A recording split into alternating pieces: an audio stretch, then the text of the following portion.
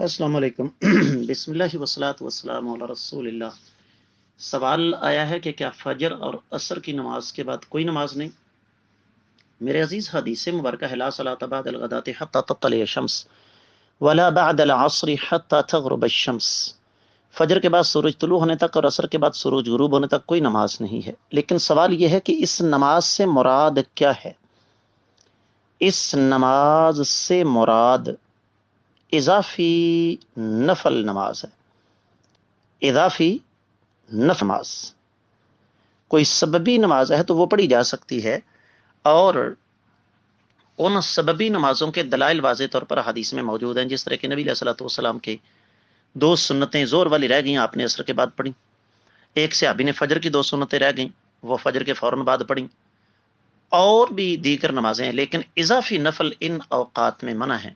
واللہ تعالی اعلم۔